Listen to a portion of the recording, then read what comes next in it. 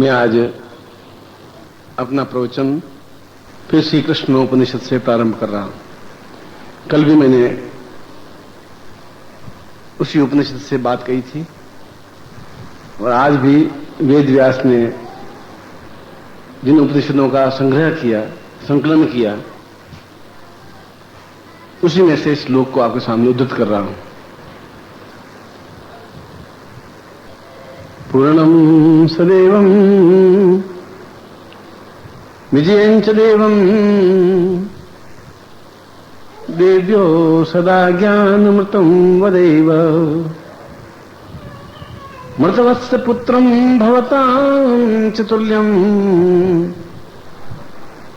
विजयं सदैवं श्रवतां सदैव। और वेद व्यास ने इस श्लोक में ये बात कही है कि मनुष्य का अर्थ है मृत, मरा हुआ।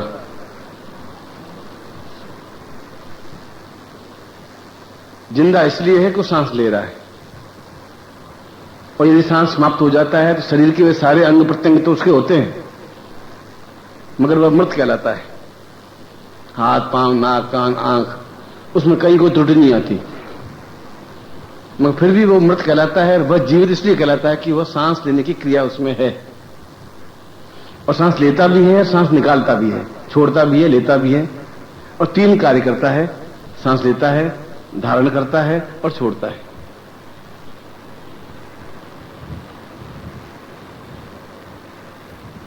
और ऐसा वेद व्यास ने मनुष्य को मृत क्यों कहा?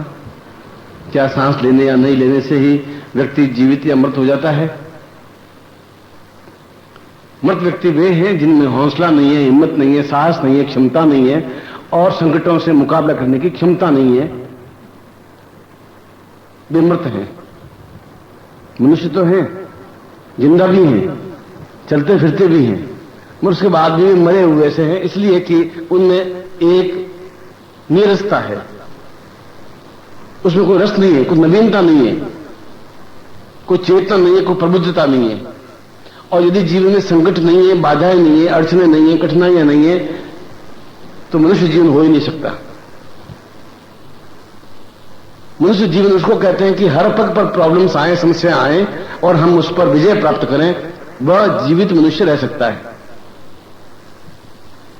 और विज्ञान इस बात को स्वीकार करता है कि जिन्होंने संघर्ष किया, जो संघर्षशील व्यक्ति हैं या जानवर हैं या जीव हैं, जो संघर्षशील हैं वे जीवित रहे। जिनमें संघर्ष करने की क्षमता समाप्त हो गई वो मर गए। एक डायनासोर, आपने बीच में काफी ओरला सुना था कि डायनासोर संसार का सबसे बड़ा लंबा प्राणी था, जो समुद्र में रहता था, बहुत लंबा प्राणी। मगरमच्छ और व्हेल मछली तो उसके सामने एक बिल्कुल तुच्छ थे, और एक फिल्म भी बनी थी डायनासोर पर। तो आज से 10,000 साल पहले डायनासोर की मृत्यु हो गई और एक भी अस्तित्व नहीं रहा, एक भी डायनासोर नहीं रहा। क्यों नहीं रहा? इतना बड़ा लंबा चौड़ा प्राणी है, तुम्हारे जैसे कम से कम 500 आदमी उसके मुंह में आ सके, वह जीवित नहीं रह रहा, और आप जीवित हैं। इसका क्या कारण रहा? वो जीवित क्यों नहीं रहा? और आपको मालूम होना चाहिए कि मेढक 30,000 वर्ष पहले भी मेढक था, आज भी जीवित है। सबसे पुराने जो जलचर हैं या जमीन पर चलने वाले, रेंगने वाले जीव हैं, या जिनको पक्षी कहें या पशु कहें या जलचर कहें या नभचर कहें या भूमिचर कहें, केवल दो व्यक्ति हैं जो पिछले 30,000 वर्षों से हमारे बीच में हैं। एक तो काकरोच, एक मेढक। बाकी सब जातियां धीरे धीरे नष्ट होती गई, बदलती गई, परिवर्तित होती गई, पर दोनों ने आज भी वही है जो आज से 30,000, बहुत बड़ी उम्र है 30,000, और 30,000 वर्षों से वे जीवित हैं। ऐसा क्यों है? ऐसा इसलिए है कि वो प्रत्येक परिस्थितियों में जीवित रहने की क्षमता रखते हैं। वो, यदि आपने देखा होगा कि बरसात जब समाप्त हो जाती, बरसात में मेढक उस पानी में तैरते हैं और आवाज करते हैं। बरसात जब क्षमता समाप्त हो जाती है बरसात, तो किसी खोखले पत्थर में वह मेढक घुस जाता है और उसके ऊपर एक परत आ जाती है, चाहे वायु की परत हो, चाहे रेत की परत हो। यदि आप 4 घंटा बाहर बैठ जाएं तो आपके ऊपर भी रेत की परत छा जाएगी। और यदि आप कुर्ता पहन करके और चांदनी चौक में निकल जाएं तो चांदनी चौक आपके ऊपर एक अंधेरे की, धुएं की, रेत की परत छा जाएगी। और यदि 5 दिन तक आप चलेंगे तो आपके शरीर पर मैल की परत चढ़ जाएगी। और अगर 10 दिन स्नान नहीं करें तो आपके शरीर पर मैल इतना चढ़ जाएगा कि आपको 4 बार साबुन लगाना पड़ेगा।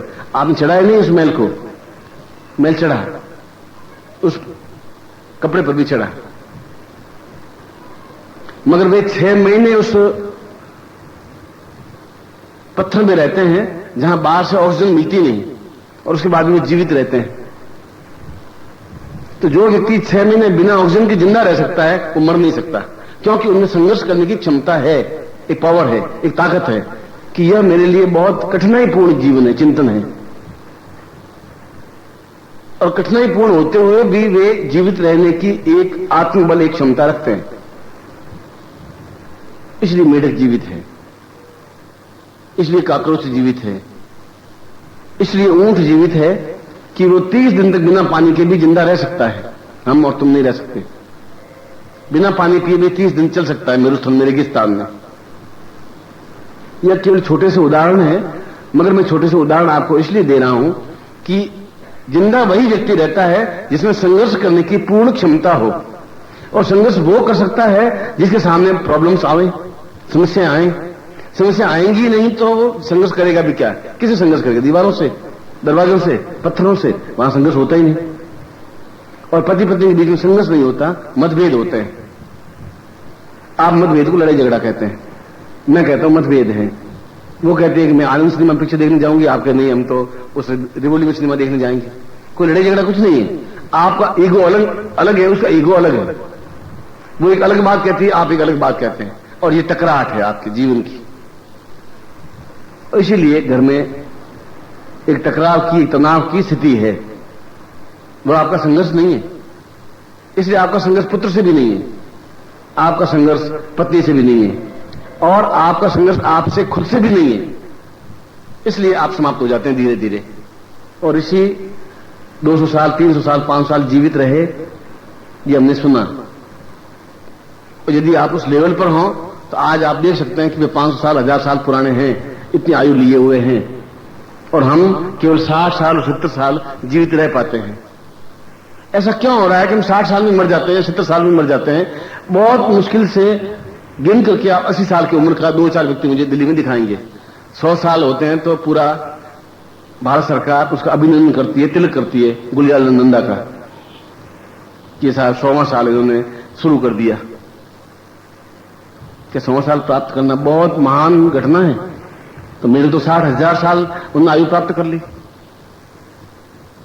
मगर चूंकि 100 साल आयु प्राप्त व्यक्ति नहीं कर पाता, व्यक्ति इसलिए टूट जाता है कि व्यक्ति के सामने संघर्ष है ही नहीं। और संघर्ष नहीं है तो व्यक्ति का जीवन एक रस हो जाता है, और जहां एक रास्ता है वह जीवन मृत्यु है। आप उठे, स्नान किया, पैंट पहनी, कुर्ता पहना, नाश्ता किया, टिफिन हाथ में लिया, ऑफिस चले गए। फिर ऑफिस से वापस आए, 2 पत्नी की झीझी सुनी, 2 पत्नी को सुनाई, खाना खा गया, सो गए। 30 दिन में ऐसा ही होता है। संडे के अलावा ऐसा ही होता है। संडे में आप ये है कि आज संडे मूड है, चलो 8 बजे अखबार पढ़ेंगे, और फिर पढ़े रहते हैं, और फिर थोड़ा बैठ टी पी लेते हैं, और फिर जीवन वैसा बीत जाता है। अगले संडे भी ऐसा ही होता है।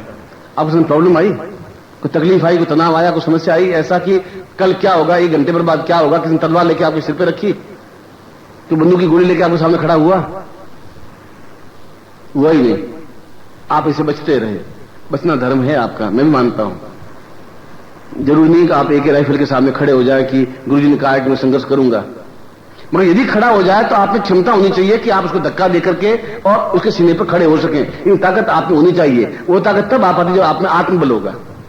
जब आत्मबल नहीं है तो आप जीवन में सफलता प्राप्त नहीं कर सकते, और जो उसकी गोली चली आप मर जाएंगे। और यदि आत्मबल है तो आप खड़े होकर के उसको एक लात मारेंगे, उसकी राइफल अलग गिरेगी, वो खुद अलग गिरेगा, आप उसकी छाती पर बैठ करके सफलता प्राप्त कर लेंगे। दोनों स्थितियां आपके सामने। इसलिए प्रत्येक व्यक्ति भयभीत है। जो संसार पैदा होता है उस क्षण से लगा करके जो मृत्यु तक है, उसके जीवन में और कुछ नहीं होता, भय होता है, बस खत्म। और वो भय पैदा करते हैं आप, और दूसरा कोई भय पैदा नहीं करता। मां बाप पैदा करते हैं उसके मन में कि बाहर मत जाना, सड़क पर एक्सीडेंट हो जाएगा, और स्कूल से सीधे 6 बजे घर आ जाना, एक्सीडेंट हो जाएगा, और ये तुम मत खाना, ऐसे तकलीफ हो जाएगी। और उसको हर मोमेंट पर हम पहुंचते रहते हैं, तुम्हें ये नहीं करना है, तुम्हें ये नहीं करना है, तुम्हें ये नहीं करना है, ऐसा करने से भी तकलीफ हो जाएगी, ऐसा करने से तकलीफ हो जाएगी, और हम उसको भय के अलावा कुछ देते ही नहीं है, क्योंकि हम खुद भी भय से पैदा हुए और हमने उनको भय दिया, और भय दिया इसलिए व्यक्ति कायर बना, इसलिए बुज़दिल बना। हम अपने लड़कों को ताकतवान नहीं बना सके, साहसवान नहीं बना सके, और 80 किलो का व्यक्ति ताकतवान नहीं बनता। गांधी तो 82 किलो के ही थे सिर्फ, और आप और हमसे बहुत ज्यादा ताकतवान थे, और अंग्रेजों से लोहा लिया, एकदम संघर्ष किया लाखों लोगों से, और उसकी वाणी में इतनी ताकत थी कि हजारों लोग सूली पर चढ़ गए, फांसी पर चढ़ गए, झूल गए, गोलियां खा गए। आपके कहने से एक व्यक्ति भी गोली नहीं खाएगा, आप कहने से एक व्यक्ति भी संघर्ष नहीं करेगा, आप कहने से एक व्यक्ति भी कॉलेज छोड़ करके सड़क पर नहीं उतरेगा, आप कहने से एक व्यक्ति भी अपनी पत्नी को छोड़ करके जेल में नहीं जाएगा। फिर आप में और उस व्यक्ति में डिफरेंस क्या था? ये तो अभी की घटना है, 50 साल की, 60 साल की, 70 साल की, क्योंकि आप में आत्मबल नहीं है। उस व्यक्ति में आत्मबल था कि मैं ऐसा करके छोड़ूंगा, और आप में आत्मबल ये नहीं है कि होगा कि नहीं होगा, कोशिश कर लेते हैं, देख लेते हैं, उम्मीद तो नहीं है फिर भी ट्राई कर लेते हैं। यही आपका भय स्टार्ट हो जाता है, और जब भय स्टार्ट होता है, जब भय स्टार्ट हो जाता है तब भय के साथ मृत्यु जुड़ी होती है, क्योंकि मृत्यु और भय एक ही शब्द है। अगर आपने सैनिकों को देखा होगा तो आर्मी वाले क्या करते हैं, आर्मी ऑफिसर उनको एक दिन में 1000 बार एक लाइन बुलवाते हैं, जो डरा सो मरा, बस उनकी यही प्रार्थना होती है, उनकी स्तुति भी यही होती है, कोई जय जगदीश हरे करते ही नहीं। वो सुबह उठते ही सबसे पहले ही बोलते हैं जो डरा सो मरा, फिर दौड़ते हैं तो भी डरा सो मरा, और दिन भर में एक व्यक्ति, एक सैनिक को 1000 बार बुलवाते हैं। वो एक दूसरे व्यक्ति से बात करते, नमस्ते नहीं करते, वो कहते जो डरा सो मरा, वो भी उसको कहता है जो डरा सो मरा। यदि आप आर्मी फील्ड में जाएं तो दीवारों पर और कुछ लिखा हुआ नहीं, श्री कृष्ण शरणम मम लिखा हुआ नहीं होता, भगवान श्री कृष्ण रामचंद्र की जय ऐसा लिखा नहीं होता है, वहां केवल यही लाइन लिखी होती है। ये क्या चीज है? उनके मन में जो भय है इसके मां बाप ने डाल दिया, वो निकालने की कोशिश कर रहे हैं, कुछ कर रहे हैं, इसलिए वो उस हथगोलों और बमों के बीच में भी निर्भीकता से चला जाता है। मर सकता है, जिंदा भी रह सकता है, तो जिंदा रहने के चांसेस उनके ज्यादा होते हैं, क्योंकि उनमें एक हिम्मत, एक साहस, एक क्षमता पैदा होती है कि देखा जाएगा। जीवन के छोर पर जीवन, इस जीवन पर मृत्यु है, दोनों बीच में है, मर जाएंगे तो मर जाएंगे, पर जिंदा रह जाएंगे तो जिंदा रह जाएंगे। कृष्ण ने भी अर्जुन को यही कहा था गीता में कि अर्जुन तुम बहुत कायर, तुम बहुत बुज़दिल हो, क्योंकि तुम्हें ऐसा ही पैदा किया गया, तुम श्रुत हो, तुम्हें ताकत निर्भीकता नहीं है, तुम्हें क्षमता नहीं है, तुम्हें हौसला नहीं है, और मैं कहता हूं तू मरण को प्राप्त कर, तू मर जा पहले, ये तो मर भी जाएगा तो स्वर्ग मिलेगा आगे, जहां अप्सराएं नृत्य करती हैं, जो कृष्ण ने कहा, मैं वो बात दोहरा रहा हूं सिर्फ, ये स्वर्ग है, नरक है, अप्सराएं हैं कि नहीं है, मैं इस परिच्छेद को इसमें नहीं उठा रहा हूं। जो कृष्ण ने कहा, मैं उस बात को उसको एक समझाने के लिए उसने कहा, और अगर तू जिंदा रह गया तो विजय प्राप्त करेगा, लोग जय जयकार करेंगे, और आने वाली 5000 पीढ़ियां तुम्हें याद करेगी। दोनों जीवन में तुम्हें लाभ ही लाभ है, हानि है ही नहीं। जीत जाओगे तो लाभ है, मर जाओगे तब भी लाभ है। और अर्जुन युद्ध के लिए सन्नद्ध हुआ, तैयार हुआ, धनुष बाण हाथ में लिया, गांडीव को हाथ में लिया, और अपने सामने जितने भी खड़े थे उनके स्वर संधान करके, तीर संधान करके, और युद्ध में विजय प्राप्त किया, यहां तक कि उनके पुत्र की मृत्यु भी हो गई, अभिमन्यु की मृत्यु भी हुई, यहां तक कि द्रोणाचार्य की भी मृत्यु हो गई, उनके गुरु की, यहां तक कि भीष्म की भी मृत्यु हो गई। मगर फिर भी अर्जुन और कौरव और भीम और नकुल और सहदेव और श्री कृष्ण जीवित रहे, मर नहीं सके। क्या विशेषता थी कि ये नहीं मरे और दुर्योधन और दुशासन मर गए? हुआ क्या था? युद्ध तो दोनों में बराबर हो रहा था, इक्वलिटी थी दोनों में, दोनों के गुरु एक ही थे, द्रोणाचार्य उनके भी गुरु थे, द्रोणाचार्य उनके भी गुरु थे, कौरवों को भी द्रोणाचार्य ने पढ़ाया, पांडवों को द्रोणाचार्य ने पढ़ाया। उन्हें भय था कि हम हारेंगे ही, इसमें कोई दो राय नहीं है, हम हार जाएंगे, उधर कृष्ण बैठे हैं, और उनको पूर्ण विश्वास था कि हम हार ही नहीं सकते, कृष्ण खड़े, हम कहां से हारेंगे, आने का सवाल है ही नहीं। ये भय और अभय की एक बीच की स्थिति थी, और वह व्यक्ति जिंदा रह सकता है जो संघर्ष कर सकता है, जो संघर्ष करने की क्षमता रखता है, जो संघर्ष को निमंत्रण करता है, जो संघर्ष को बुलाता है, जो अपने सामने संघर्ष उत्पन्न करता है और फिर संघर्ष से जूझता है और जूझ कर सफलता प्राप्त करता है, तो असीम आनंद की उपलब्धि होती है। कोर्ट में आप केस लड़ते हैं, कोर्ट में केस लड़ते हैं, हर बार भयभीत के हारेंगे जीतेंगे, शायद कैसे नहीं, हमारा वकील उससे मिल गया कि नहीं मिला, क्या साला कुछ पता नहीं, आप तनाव तनाव तनाव के अलावा कुछ नहीं होता। मगर जब जीत जाते हैं तो आपके चेहरे की प्रसन्नता, मुस्कुराहट इतनी तेज होती है कि शीशा भी एकदम से तड़क जाता है। आज आप बहुत ज्यादा खुशी। उस दिन क्या हो गया था, पहले क्या हो गया था, पहले आप भयग्रस्त थे, उस दिन आप थोड़े भय से मुक्त हुए। इसलिए यदि जीवन में सफलता प्राप्त करनी है, और सन्यासी जब दीक्षा लेता है, सन्यासी ग्रस्त नहीं, और हम में से प्रत्येक सन्यासी है, आप में से कोई ग्रस्त है ही नहीं, तो पत्नी आपकी नहीं, पुत्र आपका है नहीं, पति आपका है नहीं, बंधु बांधव आपके है नहीं, मकान जायदाद आपकी है नहीं। अगर सब आपके होते तो फिर आपके साथ चिता के ऊपर जले जाते सब। अगर कोई जा नहीं रहा, मैंने तो देखा नहीं, पिछले 70 साल के इतिहास में मैंने ये देखा नहीं कि पति गया तो पत्नी भी साथ में मरी, मकान को भी जला दिया, नोट के टुकड़े भी अंदर डाल दिए, बक्से भी अंदर डाल दिए, हीरे मोती अंदर डाल दिए, अंगूठी में डाल दी। मैंने तो देखा नहीं, शायद आपने भी नहीं देखा। ये सुना कि राम नाम सत्य है, आगे गया गत है, आगे गया गत है, पर यहां तो गत है ही नहीं। अब आगे तो किसने देखा? और हम वापिस जाते हैं, स्नान करके वापिस आते हैं, फिर तराजू में 10 कम तोलते हैं और हम दुकानदार वैसे चलाते हैं। फिर बच्चों कहते हैं देख सड़कों में जाना, एक्सीडेंट हो जाएगा, देख उसका एक्सीडेंट हो गया किशन लाल का, देख मदन लाल का एक्सीडेंट हो गया, देख हरिराम का एक्सीडेंट हो गया, तू मत जाना। और हम उनको कायर, हम उनको बुज़दिल बनाते हैं। इसलिए मैं कह रहा हूं कि ग्रस्त कोई होती ही नहीं चीज, और संन्यास भी कोई चीज नहीं होती। इसलिए संन्यास चीज नहीं होती जिसकी आंख में विकार है, जिसकी आंख में गंदगी है, जो एक लड़की को देखने के बाद कामातुर हो जाता है, आप उसको सन्यासी कैसे कहेंगे? कैसे सन्यासी हुआ? साधु कैसे सन्यासी हो गया? ये ग्रस्त व्यक्ति भी सन्यासी है और सन्यासी व्यक्ति भी ग्रस्त है, और ग्रस्त व्यक्ति भी ग्रस्त नहीं है, सन्यासी व्यक्ति भी सन्यासी नहीं है। दोनों में अपने आप में दोनों मरते एक ही स्थान पर, एक ही तरीके से, एक ही जगह जाके जलते हैं, एक ही प्रकार की लकड़ियों में जलते हैं, एक ही जगह जाते होंगे। या तो कब्र में उसको गाड़ देते हैं, या नदी में प्रवाहित कर देते हैं, या लकड़ियों में जला देते हैं। तो उनमें से कोई एक स्थिति बनती है, क्योंकि उनको रखते ही नहीं। पत्नी कहती है तुरंत इनको ले जाओ और जला दो। मुश्किल से आप 4 घंटे भी आंगन में आपको रख दे तो बहुत बड़ी बात है। हाँ, ये अंतिम दर्शन करने के लिए बर्फ की शिलाएं चारों तरफ रख करके, क्यों नेताजी हैं, अब उनको 24 घंटे रखना पड़ेगा, तो वो रख देते हैं और उनको फिर 24 घंटे बाद जला देते हैं। इतना ही ज्यादा ये होता है। मैं शरीर 24 घंटे नहीं रह सकता, 4 घंटे बाद उन बदबू आने लग जाती है, 8 घंटे बाद उसमें कीड़े पड़ने लग जाते हैं, 24 घंटे बाद उसको उठाने की हिम्मत नहीं होती। आपका शरीर कितना ताकतवान, कितना क्षमतावान, कितना संघर्षवान है, ये तो आप निर्णय कर सकते हैं। इस शरीर में ताकत नहीं है, और भय के अलावा जीवन में है ही नहीं। प्रारंभ से ही आपके मन में भय है, और जहां भय है वहां मृत्यु है ही, क्यों? भय और मृत्यु एक ही चीज। और कृष्ण भी यही बात कह रहे थे। कृष्ण क्यों हमें याद आ रहा है, मुझे क्यों याद आ रहा है, आपको क्यों याद आ रहा है, और मदन लाल क्यों नहीं याद आ रहा है जो कृष्ण के साथ पैदा हुए थे वहां। और इतने कौरव पैदा हुए थे, आप में भी या तो कौरव होंगे या पांडव होंगे, जरूर होंगे ही होंगे, क्योंकि आपके जन्म तो बराबर होते ही रहे, या तो कौरवों के सीने में होंगे या पांडवों के सीने में होंगे। मगर आपके नाम मुझे याद नहीं, द्वारका में आपका नाम क्या था? मैं कृष्ण का नाम याद है, इसलिए कि उन्होंने जिंदगी के प्रारंभ से लगा के अंत तक संघर्ष के अलावा कुछ किया ही नहीं। सुख नहीं मिला उनको जिंदगी में, सुख जैसी चीज उन्होंने देखी ही नहीं। पैदा होते ही जब 2 महीने का था तब पूत ना करके उनको मारने की कोशिश की।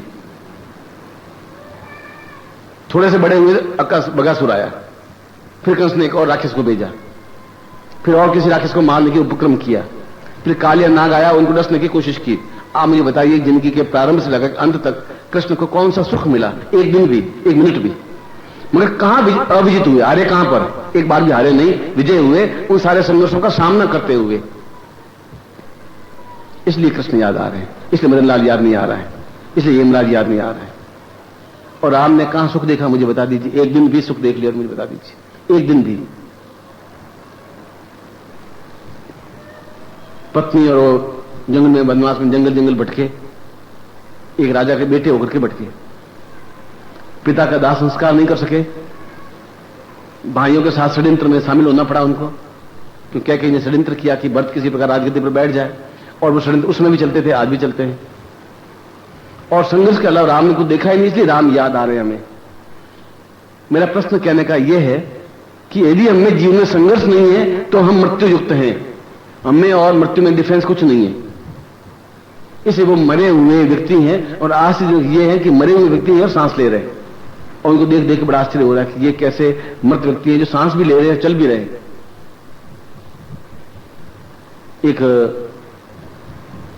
छोटा मोटा शिकारी था जिसको कोई खास शिकार बंदूक चलाना आता नहीं था। बेटे ने कहा आप बहुत शिकारी हैं। अरे हमने शिकारी 20 बाघ को एक गोली मारी, 20 बाघ समाप्त। शेर का शिकार करना आप सीखें, मुझसे सीखें। तो बेटा समझता क्या है, मैं बहुत बड़ा बहादुर हूं। उसने कहा पिता चलिए तालाब किनारे गए, नहीं घूमते घामते, ऊपर एक चील उड़ रही थी, एक कौवा उड़ रहा था। उनका आप बाघ को मार दिया तो कौवे को भी मार सकते हैं बंदूक की गोली से, 2 मिनट का काम। बंदूक की गोली चलाई, कौवा अपनी जगह उड़ा, बंदूक अपनी गोली चली। उनका कि कौवा तो मरा नहीं। उसने कहा यही तो विशेषता है कि गोली चलने के बाद भी जिंदा है। आप देखिए, ताकत देखिए, गोली चलाई, लगी उसको, फिर उड़ता रहा। ये मंत्र है, तुम नहीं समझ पाओगे, ये साधना है। ये अपने बेटे को बुलावे में डालने की एक झूठ प्रक्रिया थी, उसको भयभीत करने की प्रक्रिया थी, उसको और गुमराह करने की प्रक्रिया थी। मैं खुद तो गुमराह था ही, बेटे को भी गुमराह कर दिया।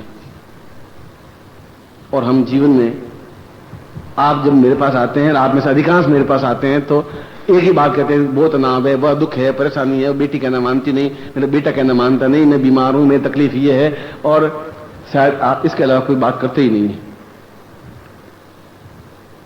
और मैं समझता हूं कि ये कितना आश्चर्यजनक व्यक्ति है कि जिंदा है, मरा हुआ व्यक्ति तो है, और सांस भी ले रहा है और बात भी कर रहा है। ऐसे व्यक्ति इस पृथ्वी पर ही मिल सकते हैं, हर जगह नहीं मिलते।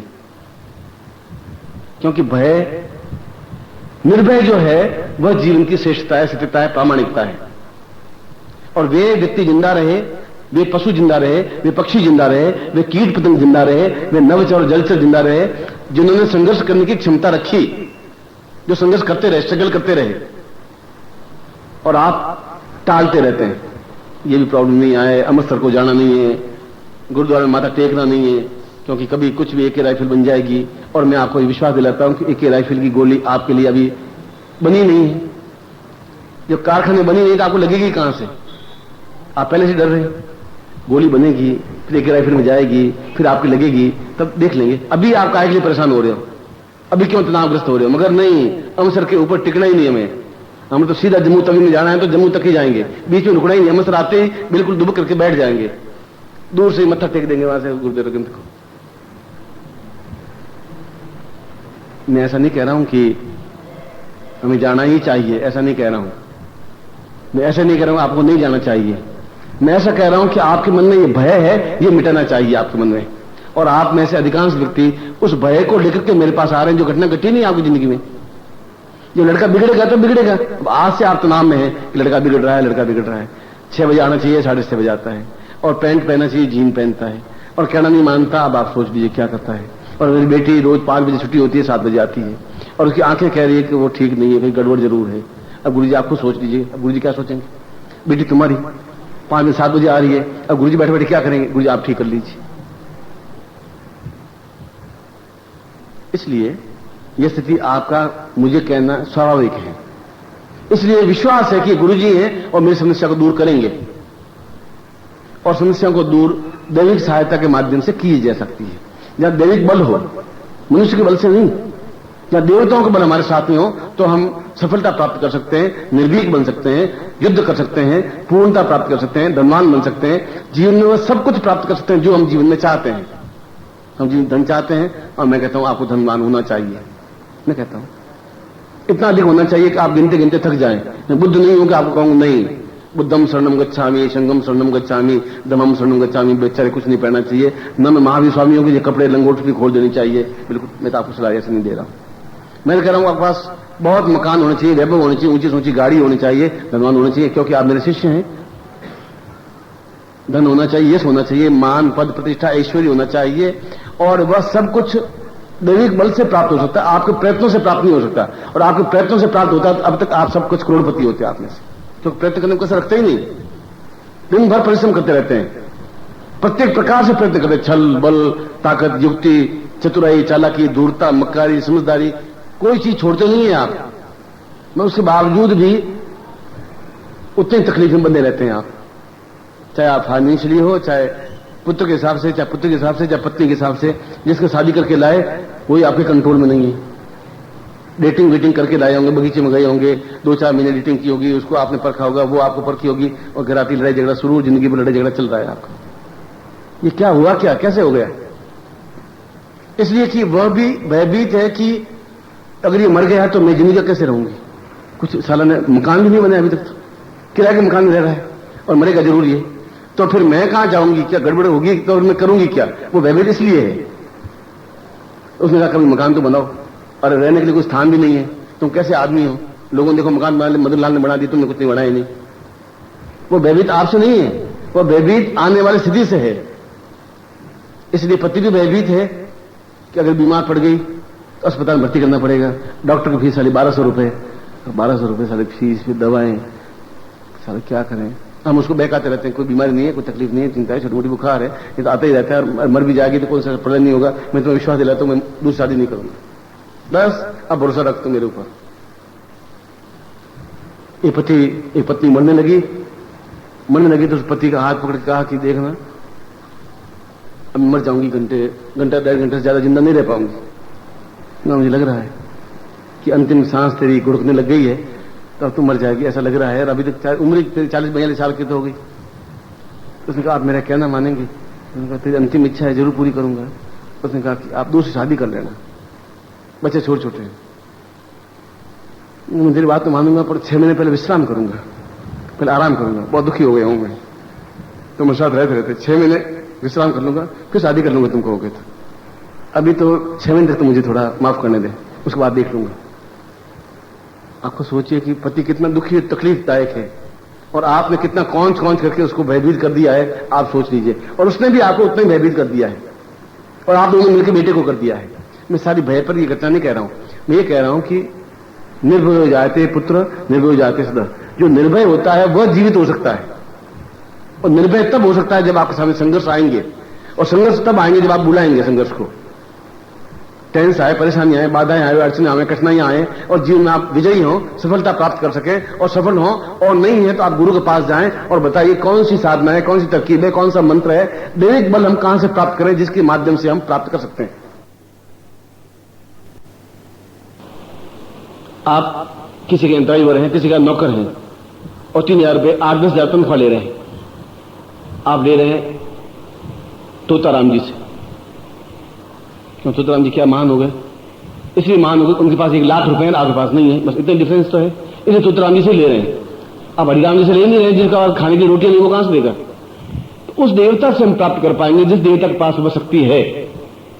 अगर लक्ष्मी है तो वो धनवान हमें बनाने में क्षमतावान हो सकती है, क्योंकि उस चीज में वह सिद्धस्थ है। अब उस देवी बल प्राप्त कैसे करें, वो आपको ज्ञान नहीं है, और वह ज्ञान नहीं है इसलिए आप भयभीत हैं। और जिस दिन आपके पास दैविक बल प्राप्त हो जाएगा तब आप आर्थिक दृष्टि से संपन्न हो जाएंगे, पर बिना दैविक बल के संपन्न नहीं हो सकते। ये हनुमान ज्ञान गुण सागर जाकर रामदूत महात्मा, इस हनुमान जी आपको सही में आ नहीं सकते, हनुमान जी कुछ कर ही नहीं सकते, कुछ नहीं हो सकता, क्योंकि आपके लिए कौन सा मंत्र, कौन सी साधना, कौन सी विधि उपयुक्त है जिसके माध्यम से आप ये सफलता प्राप्त कर सकें, ये आपको ज्ञात नहीं है। इसलिए ज्ञात नहीं है कि आपके पास कोई गुरु नहीं है। और 10 लाख में से एक गुरु होता है, ये मैं आपको बता देता हूं। 10 लाख व्यक्तियों का गणना करें, एक गुरु निकलता है, बाकी पंडे निकलते हैं, बाकी पुजारी निकलते हैं, बाकी पूजा करने वाले निकलते हैं, बाकी घंटा घड़ियाल बजाने वाले निकलते हैं, बाकी झालर झंकार बजाने वाले निकलते हैं। वे गुरु नहीं हो सकते। और थोके भाव लेने तो आप मथुरा चले जाइए, हरिद्वार चले जाइए, और गाड़ी से उतरिए आप, 500 एकदम पंडित धोती पहने हुए आपके हम घेर लेंगे आपको, चाहे वो गुरु हैं। वहां तो गौदान 5 रुपए में करवा देते हैं, और मैं तो गऊ की पूंछ के बाल भी नहीं खरीद सकता 5 रुपए में, अब गौदान में कहां से करवाऊंगा? मैं वे करवा देते हैं, 2 रुपए में करवा देते हैं। मैंने करवाया, मैं खुद मां की मृत्यु हुई गया तो मुझे मालूम था कि ये गौदान कराना ही पड़ेगा, यहाँ मैं तो नहीं पार, मां को कराना पड़ेगी, क्योंकि वो कहते हैं कि मैं तो नहीं पार करवाई, मां इधर टिक जाएगी। मुझे मालूम था ये सब फ्रॉड है, छल है, झूठ है, धक है, इनको कुछ ज्ञान है ही नहीं। उसने कहा यजमान कुछ मर गया तेरे, क्यों हरिद्वार जाते पहले यही पूछते हैं कि वो मर गया क्या हुआ। तो मैंने कहा कि मेरी मां मर गई। हाँ ठीक है, मैं तुम्हारा पंडा मैं हूँ। कोई प्रमाण, कोई लेख कुछ है तुम्हारे पास? मैं कैसे मानूं तुम पंडित हो, क्योंकि ये इतनी भीड़, कोई कुर्ता खींच रहा है, कोई धोती खींच रहा है, चारों तरफ से बाल नोच रहा है, आखिर तुम हो, कोई तो प्रमाण तो दो। चलो तो, और बही निकालता है, बही निकाल करके फिर पढ़ता है कि तुम्हारे दादाजी आए थे और दादाजी का नाम ये था। अब मन सेटिस्फाइड होते हैं, दादाजी नाम तो ये था, और दादाजी ने सोने की थालियां दी। दादाजी खाने की पीतल की बर्तन तो थे ही नहीं है? वो तो रोज तकलीफ आ रहे थे, और सोने की थालियां कहां से दे दी? मगर उसको इसलिए कहना पड़ रहा है कि ये भी कुछ दे तो सही। उन्हें सोने की थालियां दी, 500 रुपए तो दे। तो उन्होंने कहा कि तुम्हारे दादाजी आए थे, सोने की थालियां दी, हमारे हिस्से में तो आई नहीं, न मेरे भाई के हिस्से में आई, न मेरे हिस्से में आई, तुम्हें सोने की थालियां यही देकर के सब समाप्त हो गए। बहुत आश्चर्य, घोर आश्चर्य है। तुम नास्तिक मत बनो, तुम नास्तिक हो बच्चे। नास्तिक हो? नास्तिक नहीं हो, पर मुझे अपने दादाजी के बारे में नॉलेज है। सोने की पीतल के बर्तन भी नहीं थे उनके पास, मुझे अच्छी तरह से ज्ञात। न चलो छोड़ो तुम, अब मरे कौन तुम्हारे? मरी तो माँ है। न चलो नदी पर, हरिद्वार पे ले गए। उनका यहाँ गौदान कराना पड़ेगा, करा देंगे, तैयार है। तुम्हारे पास पैसे कितने? पैसे तो मेरे पास थे, मैं सत्य भी नहीं बोल सकता था, मैं सत्य भी नहीं बोल सकता था। जो पंडित थे 500 में था अकेला, और वहां पर सीधे पकड़ा और बांधा और सियावर रामचंद्र की माता जी के पास भेज देते हैं, गंगा जी में डाल करके। तो मैंने कहा मेरे पास 1 2 3 4 45 रुपए हैं। साला कंजूस, 45 रुपए, और यहां आया और मां का साथ कराने के लिए आया। 45 रुपए होगा क्या? होगा क्या मतलब, मेरे पास अब है ही तनख्वाह, मैं तो नौकरी कमाता हूँ। 35 रुपए है, जिसमें जाने का किराया अभी बाकी है, टिकट लिया नहीं मैंने, कोई रीजन नहीं है मेरा। कितना किराया लगता है? 15 रुपए। 45 रुपए पीछे रहे 30 ला, मैं गौदान करा देता हूँ। मैं 30 लाऊंगा, सराय के पैसे देने बाकी हैं, 5 रुपए सराय वाले को देने। नरसिंह सराय हरिद्वार की मशहूर है, आप देखकर नहीं होगा तो। और फिर शाम को रोटी खानी मुझे, कल सुबह भी रोटी खानी है, फिर एक रिक्शा करना है, रिक्शे से जाना है। सोचा सारा कैसा, सुबह से मुंह देखा, कंजूस सारा पैदा मिल गया। अब ये दिन भर में पहला तो जजमान मिला, पहले साला कंजूस, अब साला 5 रुपए 7 रुपए इसके पास बचे। ला 5 रुपए भी ला। 5 रुपए तो लाऊं, मैं आपको देने को तैयार हूं महाराज, मुझे तो कोई आपत्ति है नहीं। मगर सुबह मेरे एक कुर्ता था, गुम गया।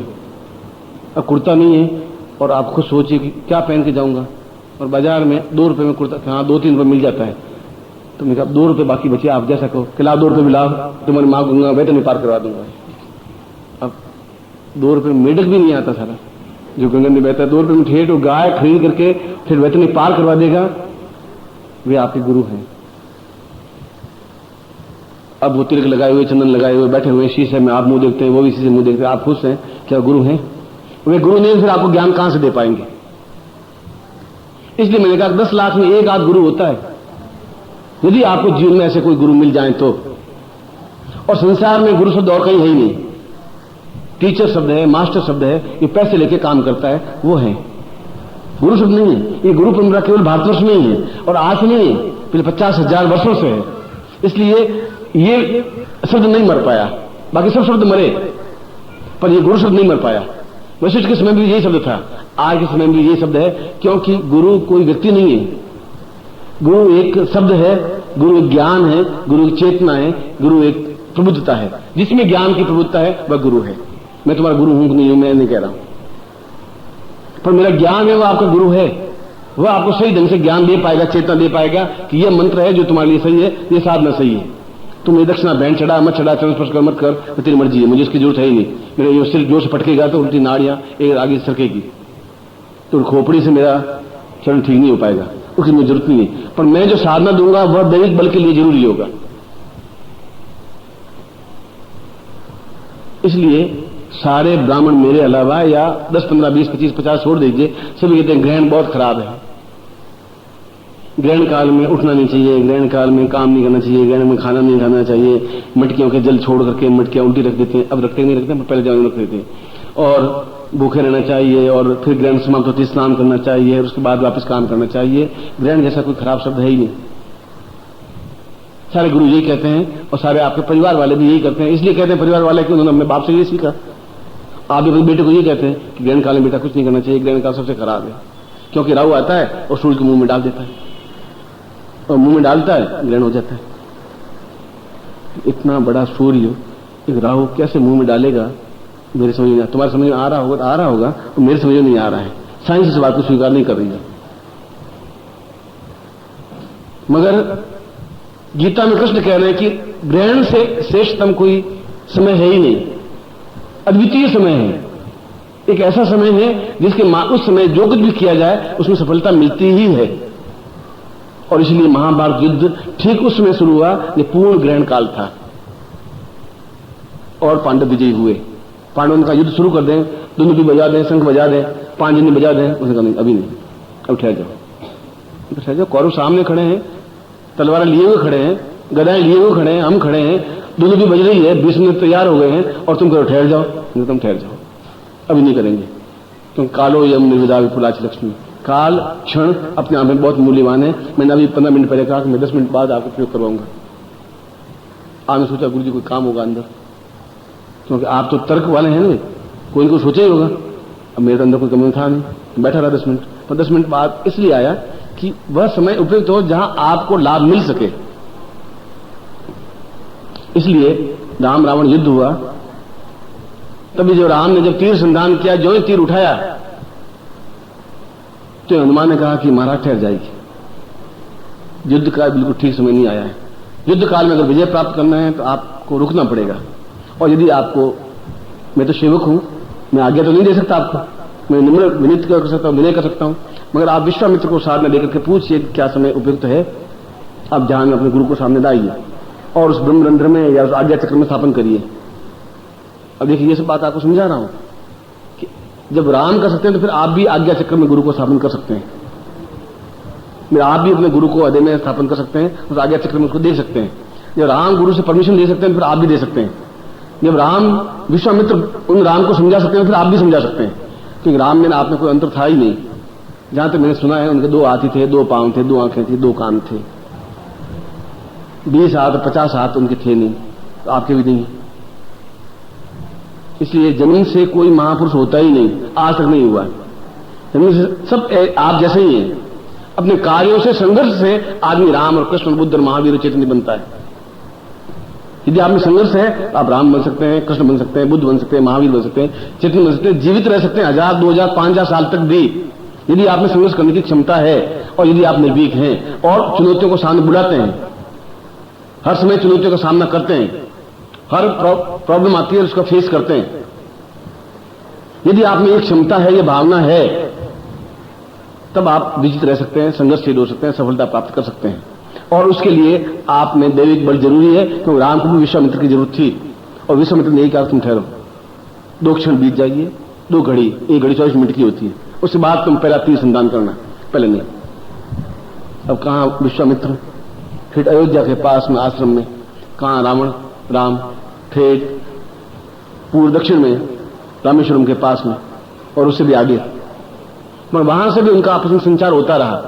आप भी कहीं भी हो, चाहे यहां हो चाहे 2000 मील दूर हो, आपके आज्ञा चक्र में भी गुरु स्थापित हो सकते हैं, गुरु आपको बता सकते हैं और आप गुरु की आज्ञा प्राप्त कर सकते हैं, और गुरु आपको गाइड कर सकते हैं और आप गुरु से गाइड हो सकते हैं। यदि आपका गुरु से अटैचमेंट है, यदि आपको विश्वास है, और जिस प्रकार उसमें विश्वास है ठीक उसी प्रकार साधना में विश्वास है, तो देवता भी आपको सफलता दे सकते हैं। कुल मिलाकर के मेरे कहने का तात्पर्य है कि आज ग्रहण काल है, और आज ग्रहण काल में ये सब साधनाएं, बस सब विजय, कल मैंने कहा था विजय प्रयोग करवाऊंगा, और विजय का मतलब है जो आपके जीवन में समस्याएं हैं उनमें सफलता प्राप्त होनी चाहिए। अभी आपने वो क्षमता आ नहीं पाई है, क्योंकि आपने उन देवताओं को, उन दैविक बल को प्राप्त नहीं कर पाए। आप दैविक बल को छोड़ के गुरु को भी प्राप्त नहीं कर पाए। जो गुरु को भी प्राप्त नहीं कर पाए तो देवता कहां से आपके जीवन में आ पाएंगे।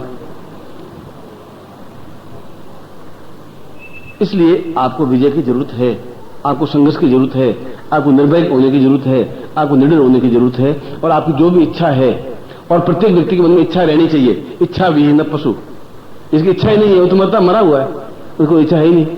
क्या कर रहे हो? कुछ नहीं करते। तो तुम कुछ तो करते होंगे, कुछ नहीं, रिटायर्ड है। रिटायर्ड फिर करते क्या? नोवा टाइम्स का अक्षर पढ़ते हैं बैठे बैठे, सुबह नोवा टाइम्स देते हैं, 12-1 बजे नोवा टाइम्स पढ़ते रहते हैं, फिर 9 से लगा के लास्ट में तक, फिर अखबार रख देते हैं, फिर बहू आती खा लो, बना दिया है तो खाना खा लेते हैं, फिर आकर के वापस सो जाते हैं 2 घंटे, फिर शाम को दूसरा कोई अखबार शांति टाइम्स आता है वो पढ़ते हैं, फिर रात को वापस सो जाते हैं। तो कुछ है ही नहीं, काम ही नहीं है, कुछ कर ही नहीं सकते, वो है ही नहीं, क्षमता नहीं है, संघर्ष करने की भावना है ही नहीं, इच्छा ही नहीं है। और जब इच्छा नहीं होती तो आदमी मर जाता है, जिंदा भी मर जाता है। वो आदमी मरा हुआ है, नोबल टाइम्स पढ़ा रहता है, सन टाइम्स पढ़ा रहता है, उसमें इच्छा है ही नहीं, क्षमता नहीं है, ताकत नहीं है, साहस नहीं है, प्रबुद्धता नहीं है, चेतना नहीं है। और मैं ये कह रहा था कि आप में विपत्ति आए, सन्यासी को जब दीक्षा दी जाती तो कहा जाता है जा मर जा, ये आशीर्वाद है, तू सुखी रहे, संपन्न रहे, सफल हो, ऐसे आशीर्वाद नहीं देते हैं। ये सन्यासी को दीक्षा देते हैं, तू मर जा। आज तक तुम्हारे अंदर जितना डर था, भय था, समस्याएं थी, बाधाएं थी, मैं आज मार देता हूं तुम्हें, नया जन्म देता हूं, आज नया तरह सन्यासी है, आज बिल्कुल नई चेतना दे रहा हूं, आज नवीन तरीके से तुम्हें काम करना है। इस सन्यासी को सबसे पहले गुरु जब भी दीक्षा देता है तो अंत में यह कहता है कि जा मृत्यु को प्राप्त हो जाए। और आप सुनेंगे तो कमाल गुरु जी, और अच्छा आशीर्वाद देना चाहिए, लखपति बने, करोड़पति बने, शादी हो, और कहते हैं तू मर जा। मर जाने का मतलब है तुम्हारा आज तक का जीवन जितना डरपोक था, गठिया था, गया बीता था, वो समाप्त हो जाए और आप नए मनुष्य के रूप में जन्म ले सके। आज से आप नए बन सके, नवीनता का प्रारंभ हो सके, नवीनता का संचार हो सके। और वापस जो सूर्य पर ग्रहण लग गया है, आपके ऊपर भी ग्रहण लग गया है, भय का, डर का, चिंता का, तकलीफ का, बाधाओं का, अड़चनों का, कठिनाइयों का, वह दूर हो सके और सूर्य की भांति वापस चमक सके, रोशनी कर सके, पूरे संसार में आपका नाम हो सके। ऐसा तब हो सकेगा जब, मैं फिर वापस कह रहा हूं कि जब आपके पास दैविक बल होगा। दैविक बल तब प्राप्त हो पाएगा जब आप गुरु के सानिध्य में होंगे। गुरु के सानिध्य तब हो पाएगा जब गुरु का आप पर विश्वास हो पाएगा, और गुरु का विश्वास तब हो पाएगा जब आप गुरु पर पूर्ण विश्वास दे पाएंगे। मुझे पढ़ने पर विश्वास नहीं रहा, मुझे मालूम था ये फ्रॉड है, और तुमको मेरे ऊपर विश्वास है, मुझे आप पर विश्वास है, तो मैं आपको 15 मिनट से सीख रहा हूं, 2 मिनट में आपको प्रयोग कर समाप्त कर लेता। मगर मैं ये चाहता नहीं था, मैं कहता कि जो कुछ मुझे देना है आपको देना ही है, ये मेरा धर्म है, ये मेरा कर्तव्य है। इसलिए जीवन में आप संघर्षशील बने, ग्रहण का मतलब ये, और विजयी बने। आज जो प्रयोग करवा रहा हूं विजयी बने, और मैं कह रहा हूं आपके पास इच्छाएं होनी चाहिए, रोज नई इच्छाएं पैदा होनी चाहिए, और प्रत्येक इच्छा पर विजय प्राप्त करें आप। 1 दिन होगी, 2 महीने में होगी, 2 साल में होगी, 15 दिन में होगी, मगर विजय प्राप्त आपका होना ही चाहिए। जहां भी कृष्ण है वहां विजय है, ऐसा गीता में कहा गया है। ये था वहां प्रबुद्धितान सत्य बजाम्य हम, जहां कृष्ण है, जहां पार्थ है, वहां विजय है ही, और विजय हो ही नहीं सकती। जहां आप है वहां विजय प्राप्त होगी ही होगी, क्योंकि आपके हृदय में एक भय का संचार मिटेगा, एक गुरु प्राप्त होगा, एक सानिध्य प्राप्त होगा, एक दैविक बल प्राप्त हो पाएगा। वो आपको समझा पाएगा कि आपका जीवन क्यों बना है, वो आपको समझा पाएगा आपके लिए कौन सी साधना जरूरी है। और इसके लिए दोनों के बीच में एक एग्रीमेंट होना चाहिए विश्वास का, क्योंकि ये चीज तर्क की नहीं है, ये चीज श्रद्धा की है। तर्क से तो न मैं आपसे जीत सकता, न आप जीत सकते। मैं कहता हूं सफेद है, 20 लोग कहेंगे तब भी कहेंगे तुम्हारा बीज तुम कहते हो, मैं तो कहता हूं पीला है। इसलिए ये चीज तर्क की नहीं है, ये श्रद्धा की है। क्योंकि आपने जब मान लिया कि ये सत्य बोल रहा है और मेरा ही चिंतक है, तो फिर आपको विश्वास कर देना पड़ेगा। आप शादी करके आते हैं और उस अनजान लड़की से, जिसको आपने जिंदगी में देखा नहीं, और 17 साल की लड़की, और पहली बार आपके घर में आती है, उससे कोई परिचित नहीं है, अभी कोई कांटेक्ट भी नहीं हो पाया, और चाबी एकदम आप संदूक की चाबी उसको दे देते हैं कि इसमें पैसे वैसे पड़े, चाबी तेरे पास है। ये क्या है? आप पड़ोसी को देते नहीं, उसको देते हैं। क्यों दे देते हैं? आपको विश्वास है कि ये पैसे बर्बाद नहीं करेगी।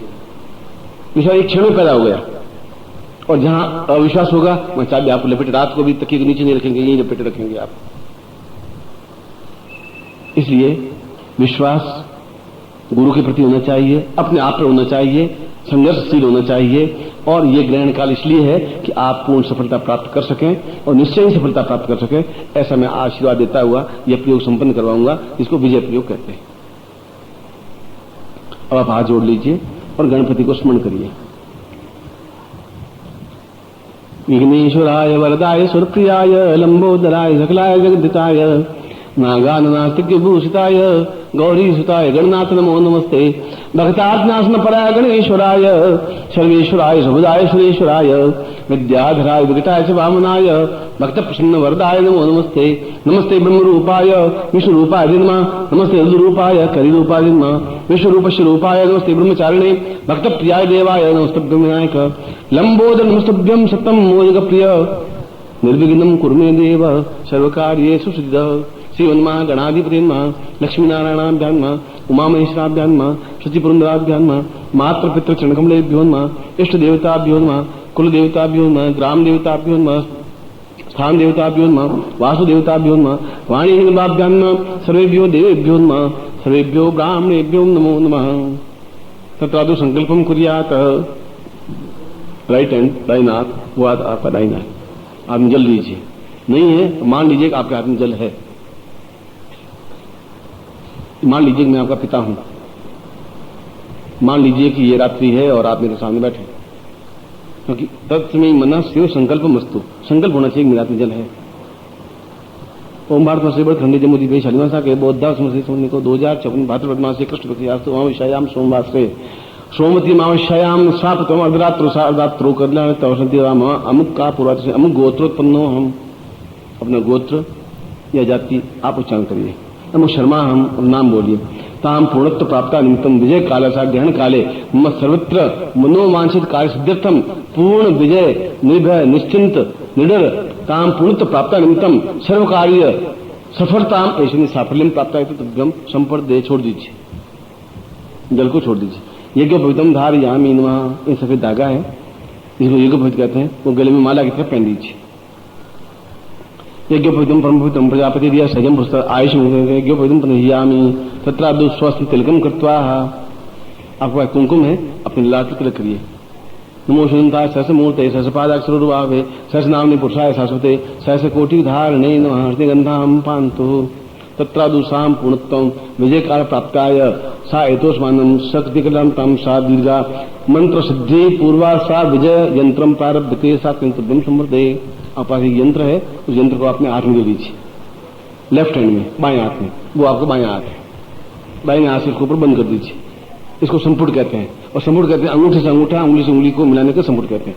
ऐसा नहीं, ये सम, ये पुट। और मैं आपके नाम से इसको सिद्ध कर रहा हूं। जो प्रत्येक व्यक्ति अलग अलग है और आपके नाम से, आपकी गोत्र से, आपकी जाति से, आपकी क्रिया से आपके लिए इस यंत्र को सिद्ध कर रहा हूं, जिससे कि वह आपके लिए सफलतादायक हो। ये ट्यूबलाइट जल रही है और मेरे यहां कोई डायनेमिक लगा हुआ नहीं है, पर भाखड़ा नांगल से सीधी बिजली आ रही है, ट्यूबलाइट जल रही है। और मैं आपके यंत्र को उतना ही सिद्ध कर रहा हूं जितना ही लाइट जल रही है। इस यंत्र में भी उतनी क्षमता होती है यदि सही ढंग से प्राण प्रतिष्ठा की जाए। ओम ताम एतोस्मानम शक्तिकलांताम दीर्घोषा चित्तम परिपूर्णा अथोस्मानम शक्तिकलांताम परिपूर्णायाम अथोस्मानम स सिद्धिते पूर्वासा सत्यम दीर्घ अथोस्मानम सति पूर्वासा चित्तम परिपूर्णा अथोस्मानम स दीर्घाम अमुक गोत्रोत्पन्नो हम।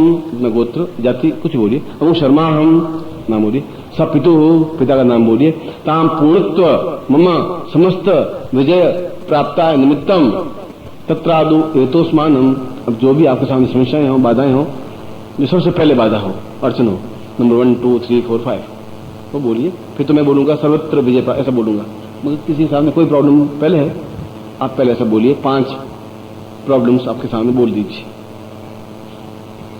तत्रादुषा विजय काल प्राप्त निमित्तम स शीघ्राति शीघ्र समस्त मनोकामना सिद्धाय समस्त जीवन पर्यंतम विजय प्राप्ताय एतोस्मानम शक्तिकलंतम शांतान दाम पूर्व क्रांग क्रांग क्रियकम पूरा एतोस्मानम शांतान पूर्व एतो अंकम चंडंतम पम्यंसम बिंदुवाय मर्दय मर्दय मलय मलय जागृत जागृत त्रोटा त्रोटा दीप्तम दीप्तम पाम पिम पुम पापूर्णा खांखी खुंकिता सांशेषो सतसदिमंत्र एंकार रूपा रिंका तरह क्लिंकारी काम रूप ने बीज रूप नमस्ते चाउन नाम चिन्ह गाती च यंकारी योदान विचित हम धूम दर्जरे पत्नी वाम व्योम वाग्दिश्री क्रांग क्रियक्रो कालिकी देवी सांसुचुम गुरु ओंकार रूपिणी जन्मानि भाम भ्रूम राम एतोस्मानम शक्तिकलंतम दीर्घो दीर्घो एतोस्मानम शक्तिकलंतम दीर्घ अतोस्मानम पूर्णता मनोकामना सिद्धाय समस्त जीवन पर्यंतम निर्भय निश्चिंत निडर एतोस्मानम सा पूर्ण सिद्धि प्राप्त निमित्तम देव बलम प्राप्ताय गुरु प्राप्ताय शक्तिकलंतम सा दीर्घो एतोस्मानम शक्तिकलंतम अमुक गोत्रोत्पन्नो हम अमुक शर्मा हम ताम पूर्णत्व प्राप्ता सा चिंतन कल्याण ताम दीर्घो सा देवी बल प्राप्ता निमित्तम सर्व कामना सिद्धाय सातभ्यम संपदे हे।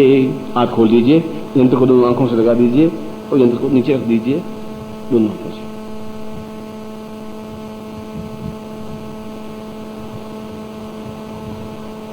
और हाथ जोड़ दीजिए।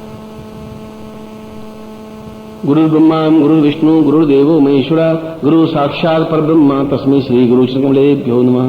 ध्यान मूलम गुरु मूर्तिर पूजा मूलम गुरुपदम मंत्र मूलम गुरु वाक्यम मोक्ष मूलम गुरु कृपा मूंगं करोति वाचालम पंगु उल्लंघयते गिरिम यत्कृपादो वंदे परमानंद माधवम गुरुचरणेभ्यो समर्पयामि नमः। तत्रादुषाम गुरुत्वम एतो स्वानम समस्त देह अंग प्रत्यंग त्वाम शून्य समर्पयामि त्वाम आज्ञां परिपालय तम चित्तम मम चित्त तम देह मम देह तम प्राण मम प्राण ताम पूर्णत्व प्राप्ता निमित्तम संपूर्ण जीवन पर्यंतम सर्व इच्छाम ताम पूर्णत्वाय एतोस्मानं सकृतिकरं तुभ्यं संपर्ददे तत्रादु प्रार्थयेत। त्वमेव माता च पिता त्वमेव त्वमेव बन्धुश्च सखा त्वमेव त्वमेव विद्या।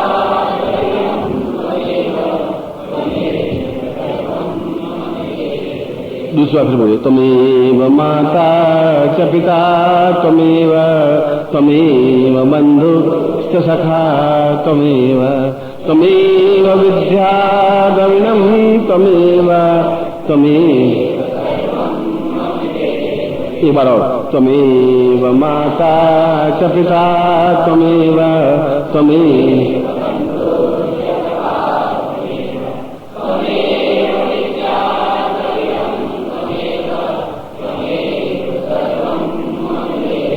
अन्याम पूज्याम सांगाय सब परिवार ऐसा विदाय शक्ति का पूर्णत्व प्राप्ता निमित्तम आशीर्वादम पठेत। दोनों हाथ खोलिए, मैं आशीर्वाद दे रहा हूँ।